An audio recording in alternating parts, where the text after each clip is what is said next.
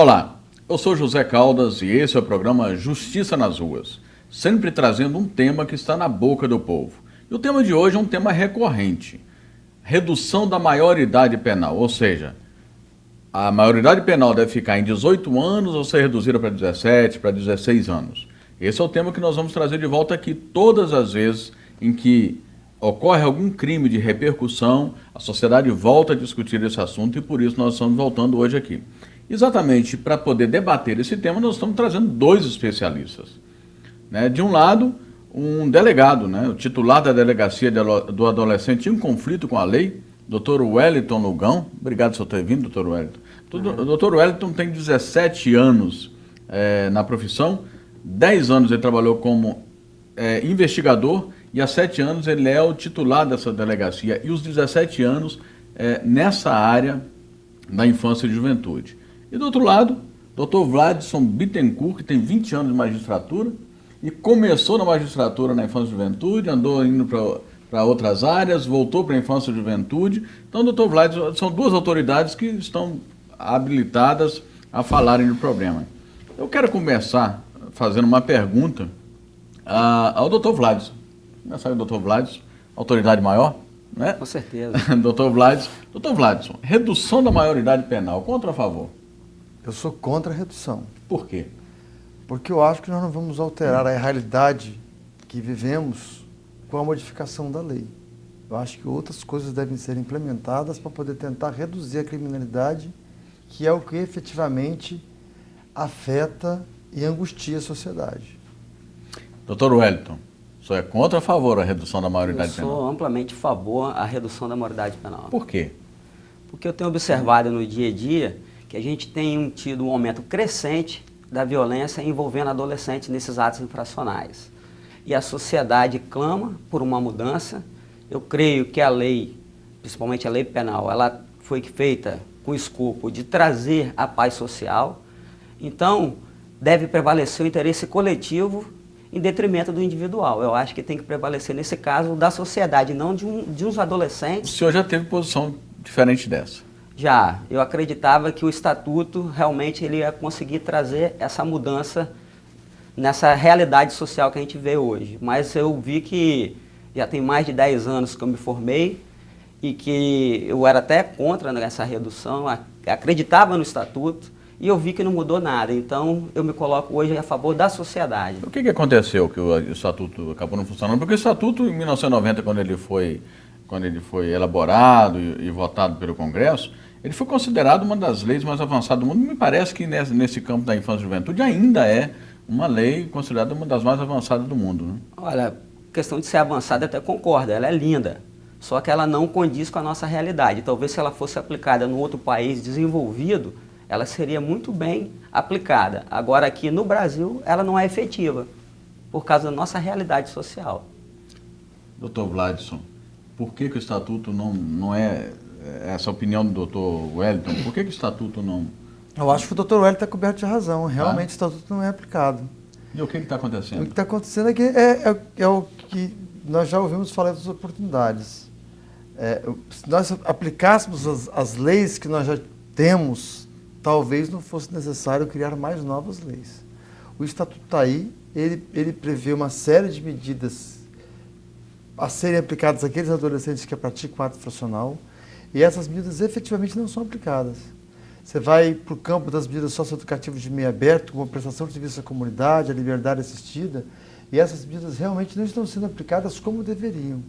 Falta políticas direcionadas para a aplicação dessas leis, de forma que essas medidas de meio aberto, elas viessem efetivamente tirar o adolescente da criminalidade, levar ele para o caminho do bem.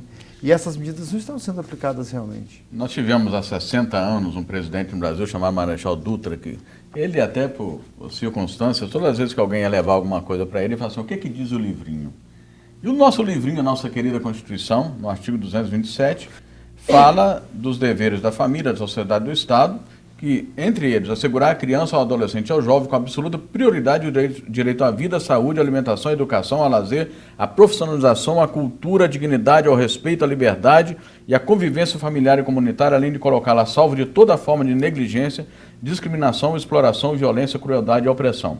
E nós estamos aqui discutindo o artigo 228 da Constituição, que trata exatamente. São penalmente inimputáveis os menores de 18 anos sujeitos às normas da legislação especial. Não está faltando cumprir o artigo 227, doutor Vlad? Com certeza. E de quem é a responsabilidade disso? A responsabilidade é do Estado como um todo, né? Mas aí você tem políticas do Executivo que devem ser implementadas, né? Do Executivo a nível federal, estadual e municipal. Realmente falta dar cumprimento. Se você desse cumprimento ao artigo 227, tal como ele foi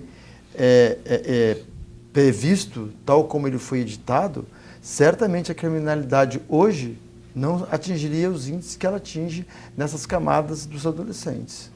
Eu acho que está faltando, sim. Às vezes a gente, como o doutor fala, né, se o Estatuto estivesse em países mais desenvolvidos, a realidade seria outra. E é isso que a gente busca, né? A gente busca esse desenvolvimento para essas áreas sociais das pessoas que estão hoje praticando atos infracionais, né? O desenvolvimento na saúde, na educação. O Estatuto tem 23 anos, vai fazer 23 anos anos agora, né?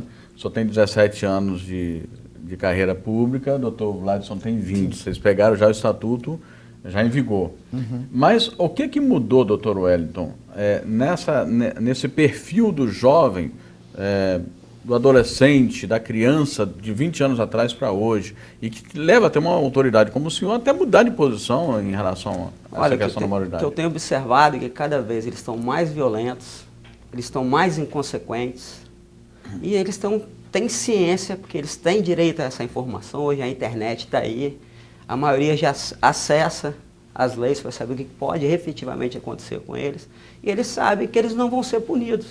Então, para essas pessoas, que infelizmente a maioria dos adolescentes envolvidos em atos infracionais graves são pessoas de camadas baixas, não quer dizer com isso que todo pobre seja um delinquente, mas eles acabam descambando para esse caminho aí.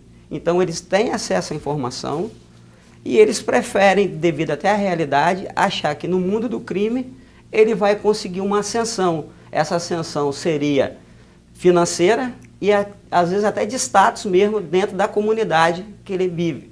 Às vezes a gente acha até, tipo assim, interessante, porque a gente que vivencia, eu também costumo ir na rua, nessas favelas, nas comunidades, e a gente sabe que, por exemplo, um adolescente que tem uma pistola na cintura, que tem uma moto dentro daquela comunidade, é como se ele fosse o cara da situação ali. Então, ele ostenta também, ele consegue uma ascensão dentro daquela comunidade, ele impõe respeito em meio. Isso não é um jogo de poder da sociedade? Porque ele olha, hoje ele mete uma pistola na cintura e torna-se o poderoso da comunidade. Será que isso também a gente não está vivendo uma situação em que a sociedade tem maus exemplos de liderança? Ele olha, eu não vou conseguir nunca aquele poder que aquele camarada tem, ele olha para a sociedade e percebe que ele não tem chance e de repente isso é uma busca de poder. Como é que você analisa essa relação de poder? Olha, o que eu observo é o seguinte, a gente vive numa sociedade capitalista, então às vezes a pessoa privilegia o ter em vez do dever ser. Então, às vezes, para ele, aí que eu falo também que é um fator primordial, que eu acho que está acontecendo também, a mudança que está havendo, principalmente em relação à família. Porque quando você fala aí no Estatuto, que é dever da família também, do Estado, da sociedade como um todo. Só que a gente observa que a família, quando a mulher veio para o mercado de trabalho, que eu digo, eu não sou machista, eu acho que ela tem que trabalhar. Mas o que acontece? Antigamente, pelo menos a mulher ficava em casa vigiando o filho, os atos dele, o que ele estava fazendo. O que a gente observa hoje? A maioria dos familiares, dos responsáveis por prover aquele lá, eles saem, eles não têm condição de colocar uma criança dessa numa escola de ensino integral, e a criança, às vezes você vê criança cuidando de criança. Então, você não tem o quê? Valores. Então, o que está faltando também é isso. Mais valores, os pais têm que conversar com os filhos, têm que incutir para eles quais são os valores, quais são os princípios éticos e morais. E às vezes, como eles são criados no meio dessa comunidade, eles crescem na realidade social deles, eles veem aquilo ali, então eles passam a achar tudo normal. Enquanto, na verdade, a gente sabe que isso não é o normal, que isso não é o certo, não é o correto. Então, muitos deles acabam achando que aquela coisa que é errada é o certo, que é a forma que ele vai conseguir ascensão, que ele vai conseguir ter dinheiro, que ele vai conseguir ter uma roupa de marca. O adolescente, ele adora ter uma roupa de marca. E a gente vê na mídia falando, use isso, use Nike, use não sei o quê. E ele quer ter aquilo. Imagina só um tênis que custa R$600 para uma família que às vezes ganha um salário mínimo, que tem 5, 6 pessoas para serem alimentadas. Então ele quer ter aquele negócio. Então ele quer ter a qualquer preço. E ele vai fazer o que for preciso para ter aquilo ali. Doutor Vlad, a sociedade está doente. A sociedade está doente. Eu concordo de novo com o doutor. Na verdade, dentro do mundo que nós vivemos, o poder é um desejo de todo mundo. O desejo de todo mundo é poder, é querer conquistar espaço. E você quer demonstrar o que você é, muitas vezes por aquilo que você usa. Então, o mesmo desejo que o filho do mais pobre tem, de querer ter um tênis, de querer ter uma moto, de querer ter um carro, o meu filho, os nossos filhos também têm. A grande diferença dos meninos que estão nas camadas sociais mais pobres para os nossos filhos, chama-se uma coisa oportunidade. A oportunidade que eu dei aos meus filhos, eles não tiveram. O que mudou na infância e juventude de 20 anos para cá? Nesse perfil do adolescente, eu só acho. Eu acho que ele está mais pobre, ele está mais sofrido e ele está mais envolvido com o tráfico, porque o tráfico é uma forma que ele entende ser um caminho fácil e rápido para poder conquistar o poder, para ele poder ter dinheiro.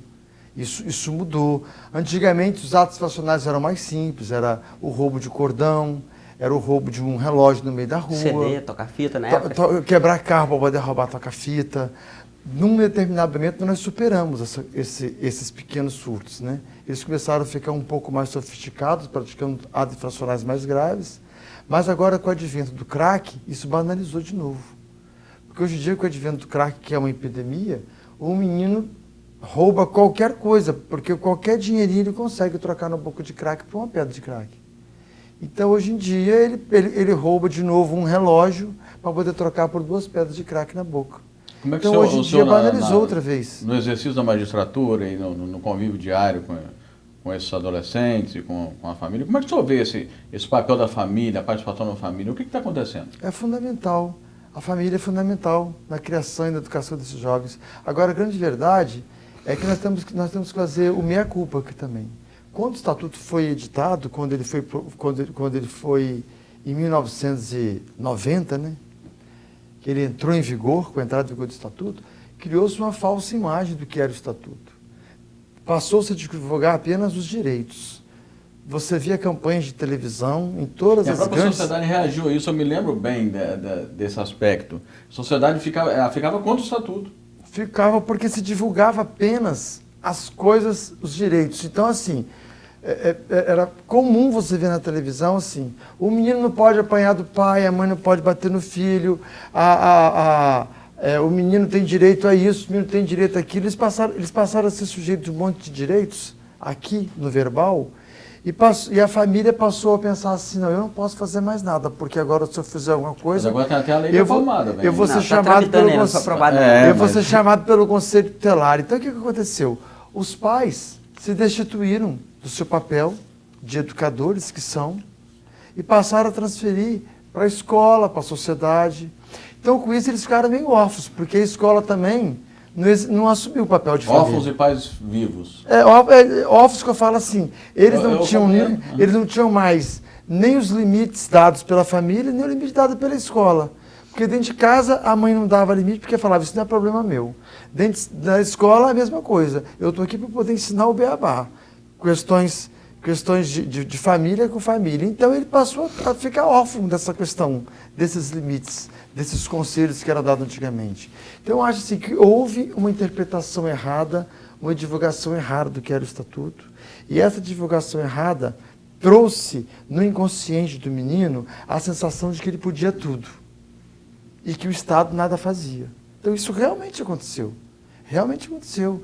Quem trabalha na socioeducação sabe o quanto é difícil. Mas o que não é efetivamente uma realidade. Existem consequências. Isso, por isso que foi a divulgação errada. Foi a divulgação errada. Retornando, quem trabalha na socioeducação sabe o quanto é difícil você lidar com um menino que acreditou que nunca ia acontecer nada com ele e ele começa a se revoltar no momento que ele é preso na rua e nele é colocado uma algema. Ele falou assim, falaram comigo que não acontecia nada, eu estou algemado? Falaram comigo que não acontecia nada, eu estou dentro do cofre da viatura? Falaram comigo que eu estou internado aqui na Unis. Então, quer dizer, nós, o Estado, a comunidade, a sociedade, divulgou erradamente o Estatuto, onde só divulgou a parte dos direitos, não divulgou a parte da prática do ato infracional, não divulgou a parte da representação, de ficar apreendido. Isso não foi divulgado. Nós vamos fazer um intervalo, doutor Vladson. Nós estamos discutindo hoje aqui na Justiça nas Ruas a redução da maioridade penal.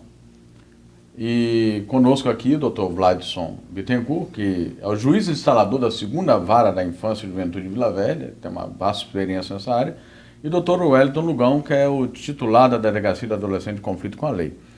Agora eu vou provocar vocês, depois do intervalo a gente vai ver se esse adolescente infrator ele é mais vítima ou ele é realmente mais culpado por essa situação. Nós vamos debater isso. Vamos ver o que a gente vai concluir. Daqui a pouquinho a gente volta. Estamos aí.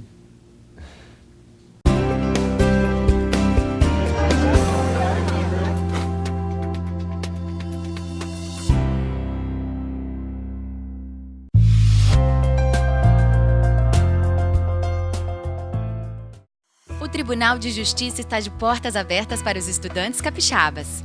Através do projeto Visita Monitorada, alunos de todas as idades vivenciam o dia a dia do Judiciário. A visita acontece todas as quintas-feiras, às 2 da tarde.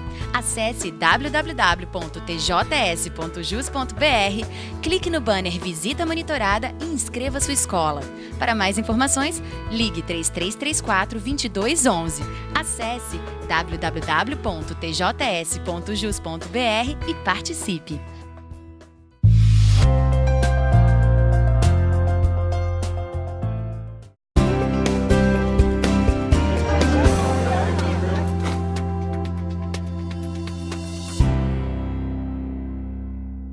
Estamos voltando com Justiça nas Ruas, hoje debatendo o tema redução da maioridade penal, ou seja, a maioridade penal começa com 18, nós vamos baixar para 16 anos. A sociedade volta a discutir esse tema todas as vezes em que ocorre algum fato relevante que abala a tranquilidade social.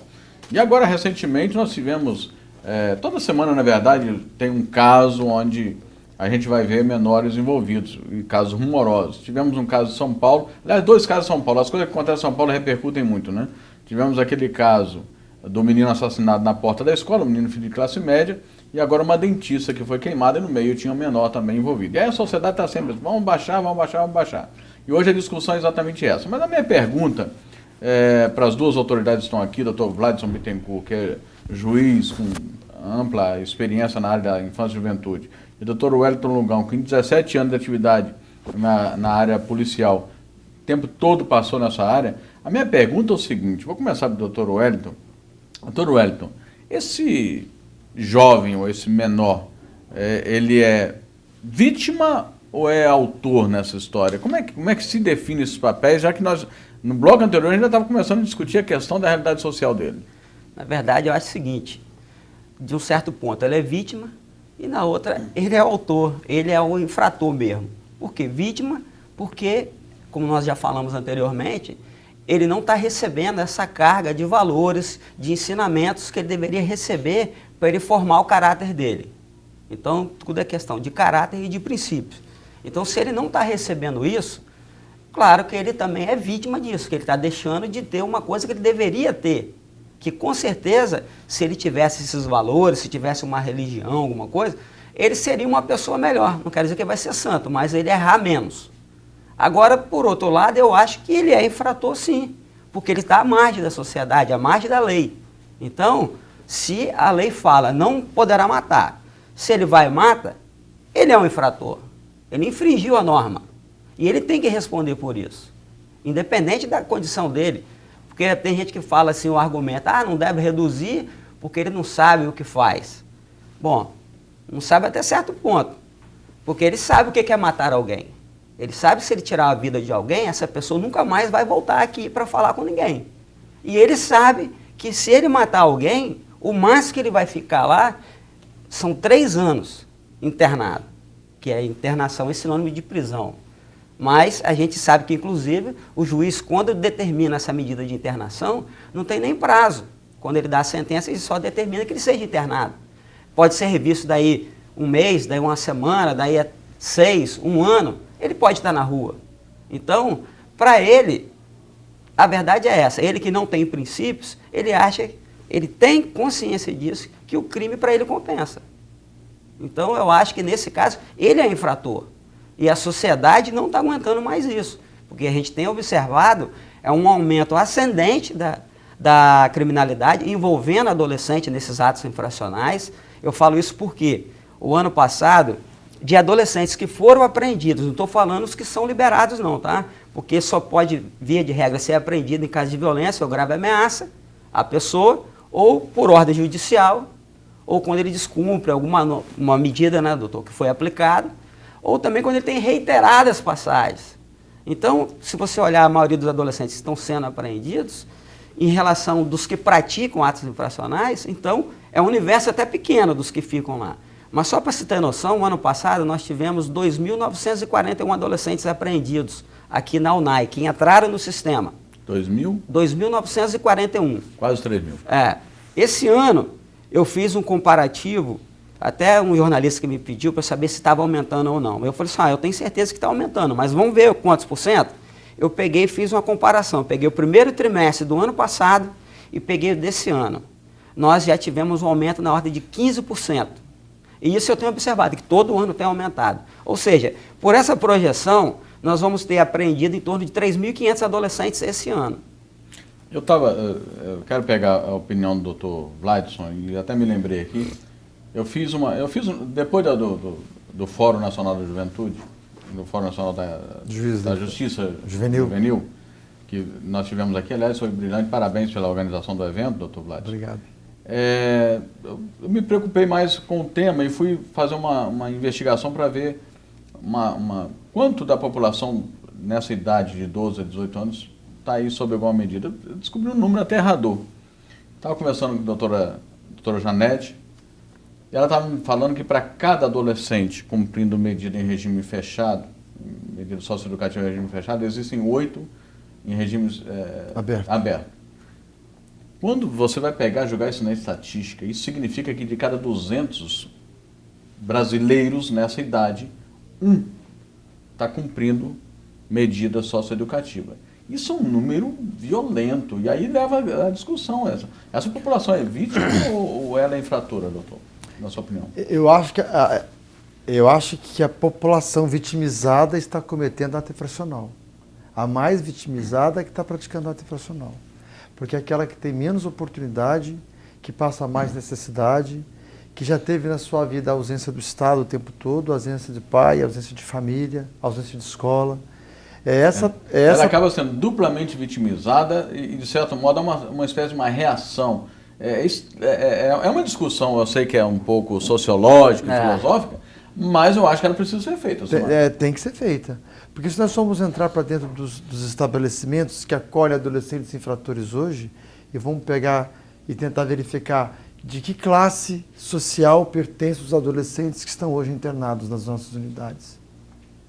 Pega o percentual para ver se quem está lá não é classe... Qual é a sua avaliação? C, D e E. C, D e E. Aí não tem nem classe média nem classe alta. Aí é interessante. Eu ouço de vez em quando o presidente do Tribunal de Justiça dizer que proporcionalmente o rico comete mais infração, comete mais crime do que o pobre. Proporcionalmente. E é interessante porque diariamente nós vemos jovens nessa idade sendo vitimados também pela violência na periferia.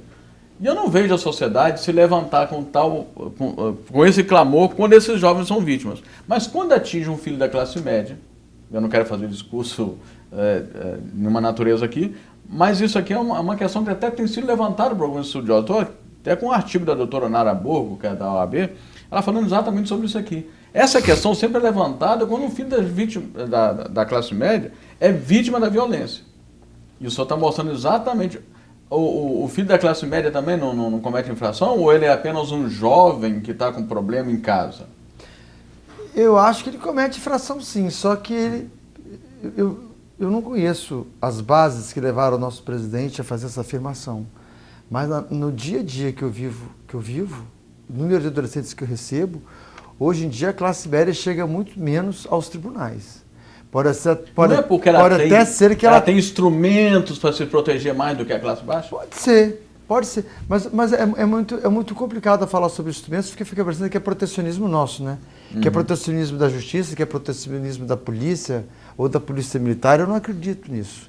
Eu acho que o doutor, quando está na função dele de delegado, se alguém pratica ato infracional, quando ele decide apreender, ele não pergunta qual a classe social que é o menino. Praticou ato infracional, ele vai aprender. Eu acho que, na verdade, aparece menos. Eu acho que o traficante que vende droga lá no morro, ele está mais exposto do que o traficante da classe média que vende droga dentro da escola. Agora, como é que essa droga chega no morro? Como é que ela chega no morro? O doutor pode estar que eu vou poder falar. Como é que essa droga chega no morro, doutor? Jogou um pepino pra mim, né? É? Na verdade é o seguinte, a droga todo mundo sabe, tem rotas. Às vezes ela vem por navio. Esse menino que está no morro, ele tem barco para levar droga? Ele tem caminhão para trazer a droga? Ele tem esse recurso? Não, ele não tem, mas aí que tá. O que a gente observa? A maioria desses adolescentes que estão no tráfico, eles não são donos da boca. Eles são meros vapores na gíria, como eles falam. Normalmente tem um adulto por trás. É lógico que tem um cara que está por trás. Agora, só que a gente tem que observar também que agora muitos adolescentes, eles estão invertendo isso aí. Eles estão vendo que o negócio é lucrativo, então eles já estão virando donos de bocas de fumo também. Então, mas eu continuo na pergunta. Como é que essa droga chega na boca dele? Olha, simples, a gente ouve direto. A droga chega por navio, ela chega de avião. Quantas prisões são feitas nos aeroportos? Entra pela divisa. O Brasil tem uma extensão territorial enorme. Faz fronteira com vários países. E não tem uma fiscalização, tipo assim, efetiva. Isso aí é cedido por todos. Então, ela chega dessa forma. Agora, interessante é que a polícia está sempre apreendendo, sempre fazendo apreensões. Ontem mesmo, a polícia fez uma apreensão grande de maconha e todo dia tem droga. A verdade é essa. Por quê? A atividade pode dirigir, doutor? Olha, ele pode dirigir por conta própria, porque ele não pode... Ele não pode tirar a carteira de habilitação. Não pode, não. Ele pode dirigir por conta própria. Logo, ele não pode viajar com o carro. Não. Mas eles vão de ônibus. Ele pode ir de ônibus, traz da droga no ônibus. Mas eu estou dizendo, a maioria dos adolescentes, eles não vão buscar a droga. Isso aí a gente sabe disso. Eles recebem a droga.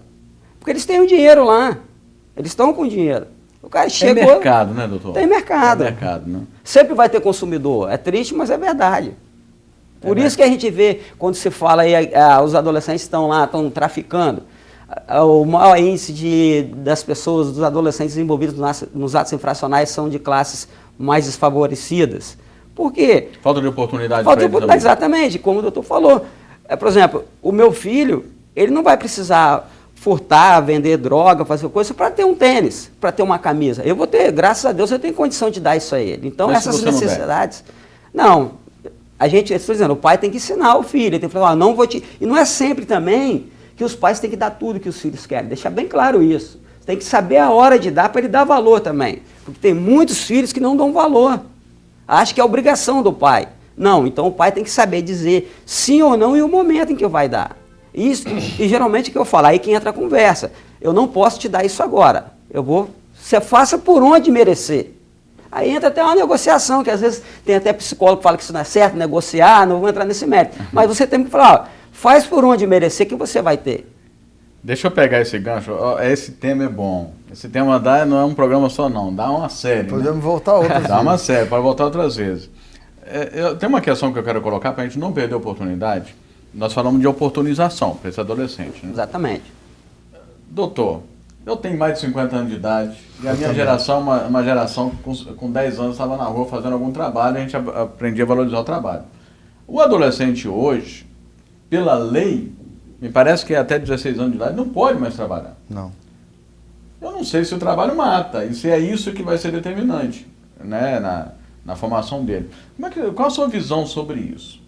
O senhor está na área da infância e juventude aí. Bom, eu acho que a lei tem que pôr as limitações, essa questão da idade limite para trabalhar, para você evitar excessos, né?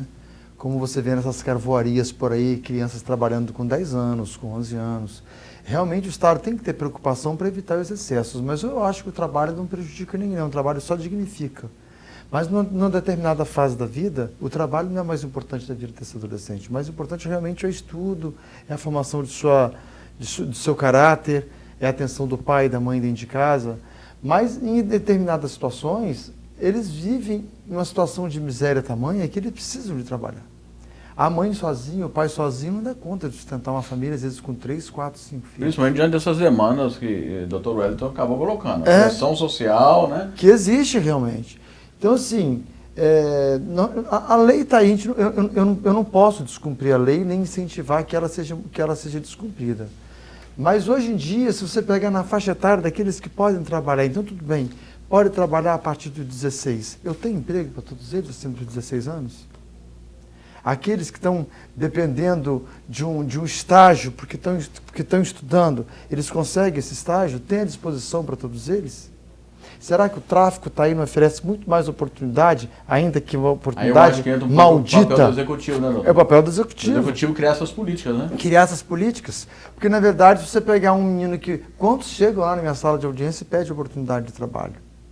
Porque precisam de trabalhar, querem sair dessa vida. É difícil você concorrer com o mal. É muito difícil. Às vezes ele está criado num mundo onde a oferta de trabalho para ele na bandidagem é muito maior do que a oferta de trabalho no campo formal de trabalho. E não tem jeito, o estômago dele ronca, ele tem fome. Saindo daquele... Quando o estômago ronca, a consciência desce, né? Não é? Tirando daquele cenário assim de que a pessoa pratica o ato fracional porque quer comprar o carro, quer comprar o tênis, que é uma realidade, mas tem hora que ela é mais dura a realidade, ele está com fome. O menino chega em casa, ele quer almoçar, a mãe dele está usando crack, o pai está bêbado, os dois são desempregados, tem mais 3 irmãos. Alguns até nascem viciados, né, doutor? Hoje em dia os filhos do crack, né? Tem mais 3 irmãos chorando dentro de casa com fome, e ele sai na rua, o traficante pega, você leva essa bolsa ali em cima para mim, eu te dou R$10, ele leva. Então, quer dizer, nós temos que ter uma forma de, mesmo dentro daquilo que é permitido, que é acima de 16, nós temos essa política. Quando você pega o menino acima de 16 anos, para ele poder ter o emprego, ele precisa ter escolaridade mínima. Aí não tem. Não tem. Com 16 anos, ele está no segundo ano. Olha, eu sei que esse tema é apaixonante, não tem jeito. Eu sei que essas alturas em casa as pessoas também devem estar me pegando, né, por eu ter provocado algumas coisas, mas eu acho que nós precisamos discutir, né, e infelizmente nós somos escravos do tempo. E a gente está chegando ao final do nosso programa. Eu quero agradecer muito pela participação de vocês. Deixou um gostinho de quero mais no ar. Eu sei que as pessoas, vocês estão querendo falar mais. Né? Com Porque certeza. É apaixonante, não está? Com certeza. Está todo mundo querendo falar mais. Nós acabamos de sair de um fórum da Justiça Juvenil agora, que a gente viu como isso é latente. Eu acho que a sociedade realmente precisa discutir. E esse é o papel da justiça, né? A justiça tem promovido isso, a TV Justiça está aí exatamente trazendo esses temas para que as pessoas possam debatê-los e realmente, assim, pelo menos buscar um entendimento social.